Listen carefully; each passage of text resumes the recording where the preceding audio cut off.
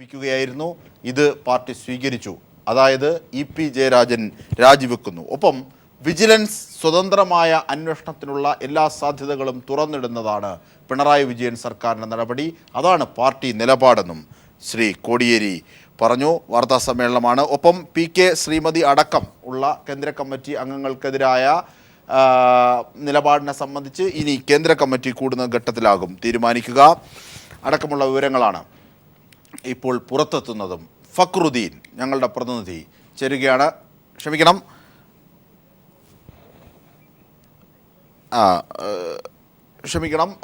MR Sajesh ഞങ്ങളുടെ പ്രതിനിധിയിലേക്ക് പോകുന്നതിന് മുമ്പ് ശ്രീ ഫക്രുദ്ദീൻ, അതായത് വലിയൊരു സാഹചര്യം, ഒരു പക്ഷേ ഇത്തരത്തിൽ ഒരു സാധാരണ സാമാന്യവൽക്കരിക്കപ്പെട്ട ഒരു വലിയ അഴിമതിയല്ല, മറിച്ച് ഒരു പൊതുപ്രവർത്തകൻ്റെ ജാഗ്രതക്കുറവ് അല്ലെങ്കിൽ വീഴ്ച എന്നതാണ് ഇവിടെ വെളിവാകുന്നത്. ആ വീഴ്ച, ആ തെറ്റ് താൻ ഏറ്റെടുക്കുന്നു എന്ന് ഇ.പി. ജയരാജൻ മുമ്പോട്ട് വെക്കുന്നു. അത് പാർട്ടി അതിൻ്റേതായ രീതിയിൽ നടപടിക്രമങ്ങളിലൂടെ സാധൂകരിക്കുകയും ചെയ്യുന്നു. ഇ.പി. ജയരാജൻ രാജിവെക്കുന്നു എന്ന വാർത്തയിൽ, രാജിവെച്ചു എന്ന വാർത്തയിൽ എന്തൊക്കെയാണ് രാഷ്ട്രീയ പരിപ്രേക്ഷ്യത്തിൽ ചർച്ച ചെയ്യാൻ ബാക്കിയുള്ളത്? ഇവിടെ ഈ ചർച്ചകളിലൊക്കെ പങ്കെടുത്ത സമയത്ത് ഞാനുൾപ്പെടെയുള്ള ആളുകൾ പറഞ്ഞത്, ഒരു കാരണവശാലും ഞങ്ങളാരും കോൺഗ്രസോ അല്ലെങ്കിൽ BJP കാണിച്ച അഴിമതികൾ ഇതിന് പകരമായി അല്ലെങ്കിൽ ഉയർത്തി കാണിക്കില്ല. കാരണം കോൺഗ്രസോ BJP പോലെയുള്ള ഒരു ബൂർഷ്വാ പാർട്ടിയല്ല കമ്മ്യൂണിസ്റ്റ് പാർട്ടി മാർക്സിസ്റ്റ് പാർട്ടിക്ക് അതിൻ്റെതായ രീതികളുണ്ട്. ഇന്ത്യയിൽ ഏറ്റവും ലക്ഷണമൊത്ത രീതി, ഏറ്റവും പ്രായോഗികമായി ഏറ്റവും ലക്ഷണമൊത്ത രീതിയിൽ മാർക്സിസ്റ്റ് ഐഡിയോളജി പ്രവർത്തിക്കുന്ന പ്രസ്ഥാനമാണ് CPM. അതുകൊണ്ട് തന്നെ അന്നൊക്കെ ഈ ചർച്ചകൾ പങ്കെടുപ്പോൾ ഞങ്ങൾ പറഞ്ഞു, നിങ്ങൾ 14-ാം തീയതി വരെ ടൈം കൊടുക്കും, സെക്രട്ടേറിയറ്റ് കൂടട്ടെ, ഈ നാളെ കേരളം ഒലിച്ചു പോകുന്നില്ലല്ലോ. ഞങ്ങൾക്ക് വിശ്വാസമുണ്ടായിരുന്നു കേരളത്തിലെ പൊതുസമൂഹം ഈ വിഷയത്തിൽ ആവശ്യപ്പെടുന്ന രീതിയിലുള്ള ഒരു തിരുത്തൽ പ്രക്രിയ ഉണ്ടാവും. അത് ഏറ്റവും മഹത്തായ രൂപത്തിലാണ് നടന്നിട്ടുള്ളത്. ഇതുകൊണ്ടോ എനിക്ക് തോന്നുന്നു ഈ സംഭവത്തോടു കൂടി കേരളത്തിലെ പത്തരമാറ്റുള്ള നേതാവായിട്ട് സഖാവ് പിണറായി വിജയൻ, അദ്ദേഹത്തെ മന്ത്രിസഭ, അതുകൊണ്ടൊപ്പം തന്നെ ജയരാജനും മാറുകയാണ്. കാരണം ജയരാജന് വേണമെങ്കിൽ ഇരിക്കാമായിരുന്നു, പക്ഷേ അദ്ദേഹം പാർട്ടിയെ ബഹുമാനിക്കുന്നു, അദ്ദേഹത്തെ വലിയ തെറ്റ് അദ്ദേഹം മനസ്സിലാക്കുന്നു. ഇത് ആദ്യമായിട്ടൊന്നല്ല ഇത്രയും വലിയ ത്യാഗങ്ങൾ, അദ്ദേഹത്തിന് ചെറിയ തെറ്റുപറ്റിയാണ് എങ്കിൽ പോലും വലിയ ത്യാഗങ്ങൾ അദ്ദേഹം ചെയ്യുന്നത്. അദ്ദേഹം സഖാവ് പിണറായി വിജയനെ ലക്ഷ്യം വെച്ച് വന്ന സുധാകരൻ്റെ RSSനെ ഗുണ്ടകളായി ഇന്ന് വെടിയുണ്ട ഏറ്റുമായി. ആ വെടിയുണ്ട ഇപ്പോൾ അത് ശരീരത്തിൽ കിടക്കുകയാണ്, ജീവിക്കുന്ന രക്തസാക്ഷിയാണ്. ഇപ്പോൾ അദ്ദേഹത്തിന് തെറ്റുപറ്റി, അദ്ദേഹം പിടിച്ചു തോന്നുക, അദ്ദേഹം രാജി എഴുതി കൊടുക്കുന്നു. പാർട്ടി ഉമ്മൻചാണ്ടിയെ പോലെ പിണറായി വിജയനോ അല്ലെ കോടിയേരി ബാലകൃഷ്ണൻ അത് പോക്കറ്റിലിട്ട് നടന്നില്ല, കൃത്യമായി രാജി സ്വീകരിക്കുന്നു. ഇവിടെ ഭരിക്കുന്ന ഈ ഗവൺമെൻറ്, ആ ഗവൺമെൻറ്റിൽ ഏറ്റവും പ്രധാനപ്പെട്ട ഒരു മന്ത്രിയായ ഇദ്ദേഹത്തിനെതിരെ ആണെങ്കിൽ പോലും കൃത്യമായ അന്വേഷണം നടത്തിക്കൊള്ളാൻ വിജിലൻസ് കമ്മീഷണർ ആവശ്യപ്പെട്ടു. ഇത് തന്നെയാണ് കമ്മ്യൂണിസ്റ്റ് പാർട്ടിയിൽ ജനങ്ങൾക്കുള്ള വിശ്വാസം. ഇതൊക്കെ കൊണ്ട് തന്നെയാണ് ഇതുമായിട്ട് ബന്ധപ്പെട്ട ചർച്ചയിൽ നമ്മളൊക്കെ വളരെ സജീവമായിട്ട് നിലനിന്നത്. ഞാൻ പേഴ്സണലായിട്ട് കാര്യം പറഞ്ഞു, ഇന്നലെ ഞാൻ കംപ്ലീറ്റ് ക്ലീൻ ഷേവ് ചെയ്തപ്പോൾ ഇന്ന് രാവിലെ കണ്ടപ്പോൾ എൻ്റെ കോൺഗ്രസിൻ്റെ സുഹൃത്തിനോട് പറഞ്ഞത്, ആ രാജ്യം നിന്ന് വെക്കില്ല പറഞ്ഞാൽ മൊത്തം വീങ്ങേണ്ടി വരും, അതുകൊണ്ടായിരിക്കല്ലേ മീശ പഠിച്ചതെന്ന് അഭിമാനത്തോട് പറയുന്നു. ആത്മാഭിമാനത്തോടു കൂടി, ആത്മവിശ്വാസത്തോടു കൂടി തന്നെ മീശ പഠിച്ചത്. ഇത് ഓരോ കമ്മ്യൂണിസ്റ്റുകാരനെയും ഓരോ മാർക്സിസ്റ്റുകാരനെയും ഓരോ ജനാധിപത്യവാദിയുടെയും ഫീലാണ്. ഒപ്പം പി ജയരാജൻ അതുപോലെ തന്നെ ഇ.പി. ജയരാജൻ രണ്ടുപേരും അതുപോലെ കണ്ണൂരിലെ ആ ലീഡർഷിപ്പ്, അവരുടെ പാർട്ടിയോടുള്ള കമ്മിറ്റ്മെന്റും അവരുടെ ഇന്റഗ്രിറ്റി. തീർച്ചയായും നമുക്ക് വാർത്ത കുറെ കൂടി സമഗ്രമായി അറിയേണ്ടതുണ്ട്. ഞങ്ങളുടെ പ്രതിനിധി MR സജേഷ് കൂടി എത്തുന്നുണ്ട്. സജേഷ്, വളരെ കൃത്യമായി പുറത്തെത്തിയിരിക്കുന്നു, ഇ.പി. ജയരാജൻ രാജിവെക്കും, രാജ്യസന്നദ്ധ പാർട്ടി അറിയിച്ചു, പാർട്ടി അത് അംഗീകരിച്ചു. ഇതാണ് കോടിയേരി പറഞ്ഞത്. ഓക്കെ, എന്തൊക്കെ വിശദാംശം?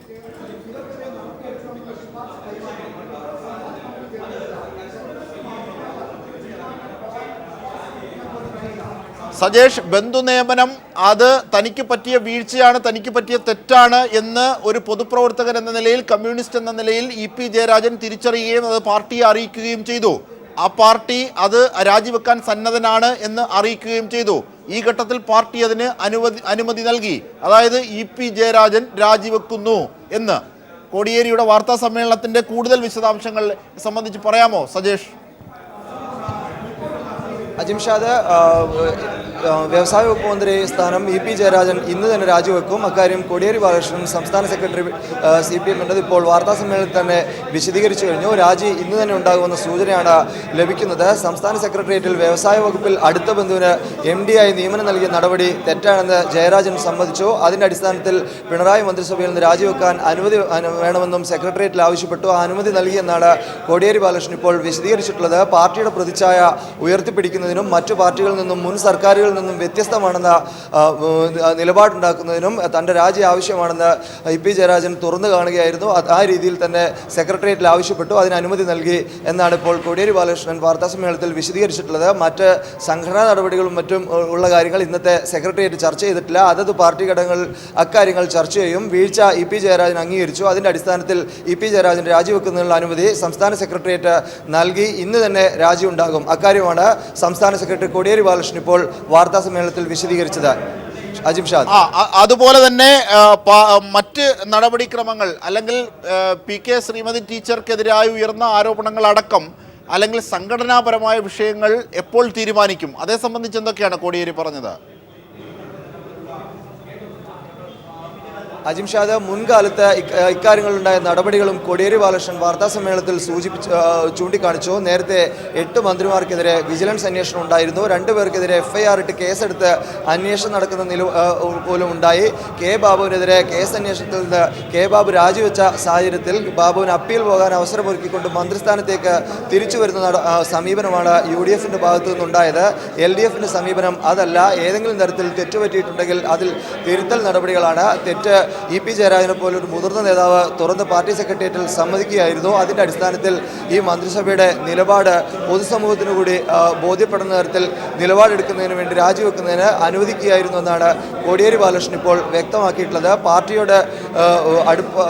പാർട്ടിയോടൊപ്പം നിന്ന ജനവിഭാഗങ്ങൾക്ക് ഇക്കാര്യത്തിൽ വ്യത്യസ്തമായ അഭിപ്രായം ഉണ്ടായിട്ടുണ്ട്. ആ അഭിപ്രായം party മുഖവിലക്കെടുക്കുന്നു.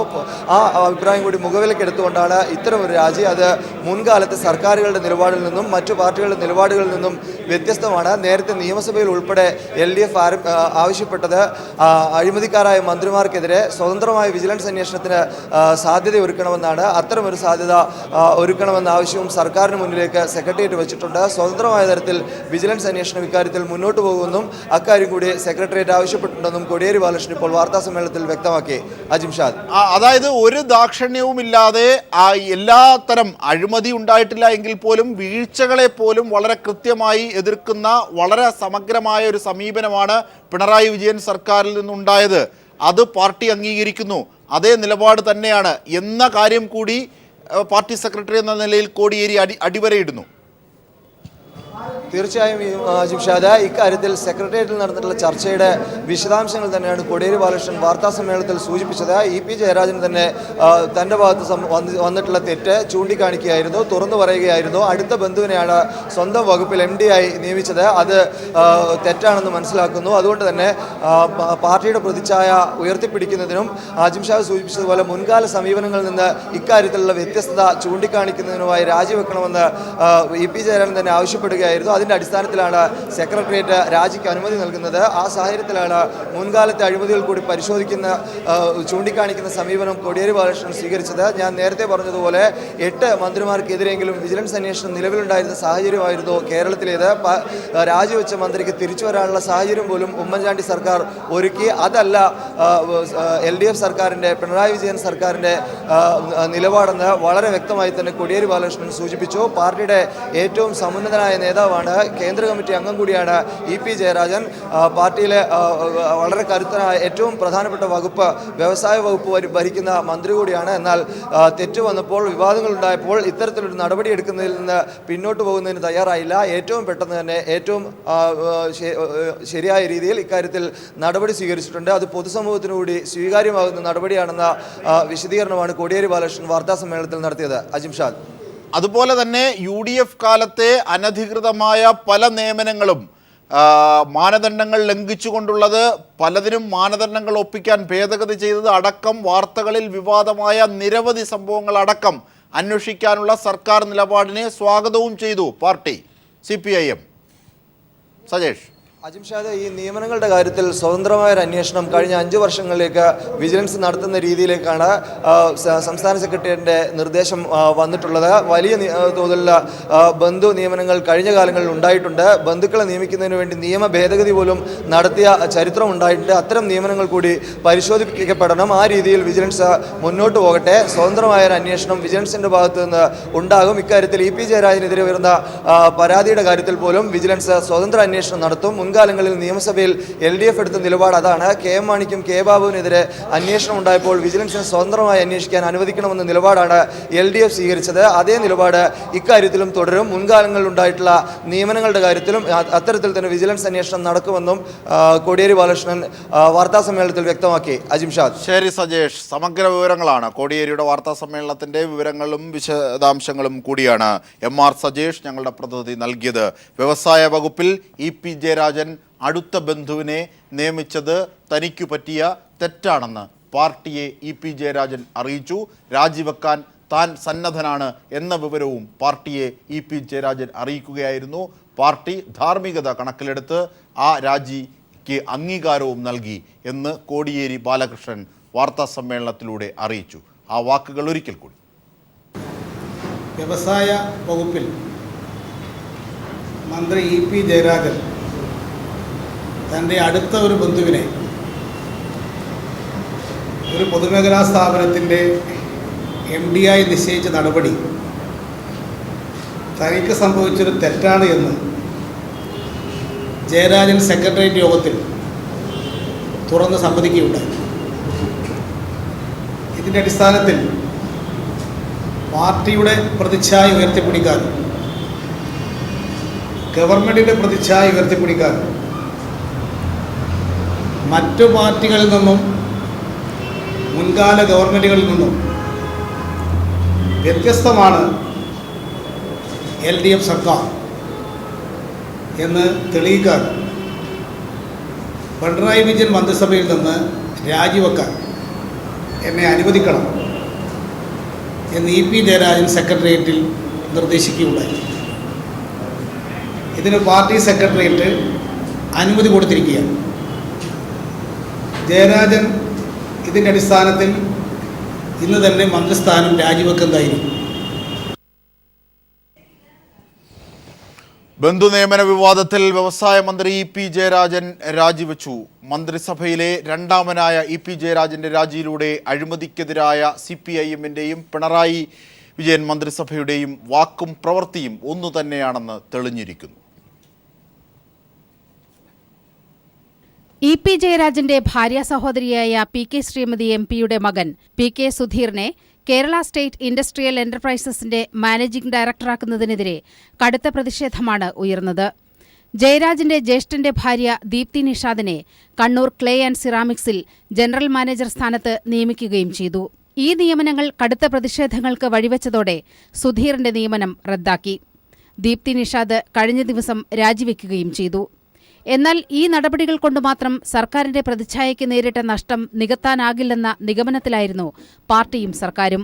CPIM general secretary Sitaram Yechury party സംസ്ഥാന നേതൃത്വത്തോട് ഇക്കാര്യത്തിൽ കടുത്ത നടപടി വേണമെന്ന് നിർദ്ദേശിച്ചിരുന്നു. ഇതേ തുടർന്ന് വ്യവസായ വകുപ്പിലെ മുഴുവൻ നിയമനങ്ങളുടെയും വിവരങ്ങൾ കൈമാറാൻ ജയരാജനുമായുള്ള ചർച്ചയിൽ കോടിയേരി ബാലകൃഷ്ണൻ ആവശ്യപ്പെട്ടു. തുടർന്ന് ചേർന്ന മന്ത്രിസഭായോഗത്തിൽ ഘടകകക്ഷി മന്ത്രിമാർ കടുത്ത വിമർശനം ഉന്നയിക്കുകയും ചെയ്തു. ജയരാജന്റെ നടപടി അഴിമതി നിരോധന നിയമപ്രകാരം ചോദ്യം ചെയ്യപ്പെടാവുന്നതാണെന്ന നിലപാട് വിജിലൻസ് ഡയറക്ടർ മുന്നോട്ട് വയ്ക്കുകയും ചെയ്തു. കോടതിയുടെ മുന്നിലും വിഷയമെത്തി. ഈ സാഹചര്യത്തിലാണ് പാർട്ടിക്കും സർക്കാരിനും ഉണ്ടായ ബുദ്ധിമുട്ടുകൾ ഒഴിവാക്കാൻ രാജിവെക്കാൻ തയ്യാറാണെന്ന് ജയരാജൻ അറിയിച്ചത്. EP ജയരാജന്റെ രാജിയിലൂടെ പിണറായി മന്ത്രിസഭയും CPIM-ഉം അഴിമതിക്കെതിരായ വ്യക്തമായ സന്ദേശമാണ് നൽകുന്നത്. പ്രതിപക്ഷത്തായിരിക്കുമ്പോഴും ഭരണപക്ഷത്തായിരിക്കുമ്പോഴും നിലപാട് ഒന്നു തന്നെയെന്ന് അസന്നിഗ്ധമായി പ്രഖ്യാപിച്ചിരിക്കുകയാണ് പിണറായി മന്ത്രിസഭ. നേരത്തെ K ബാബുവിനും KM മാണിക്കുമെതിരെ വിജിലൻസ് അന്വേഷണം പ്രഖ്യാപിച്ചപ്പോൾ മന്ത്രിമാരുടെ രാജി ആവശ്യപ്പെടുകയായിരുന്നു CPIM. ഇന്ന് അതേ പാർട്ടിയുടെ സർക്കാരിന്റെ സൽപ്പേരിന് കളങ്കമുണ്ടാക്കിയ വ്യക്തിയെ മന്ത്രിസഭയിൽ നിന്ന് മാറ്റി നിർത്തുന്നതിലൂടെ പിണറായി സർക്കാർ അഴിമതിക്കെതിരെ വ്യക്തമായ സന്ദേശം നൽകിയിരിക്കുകയാണ്. Political desk.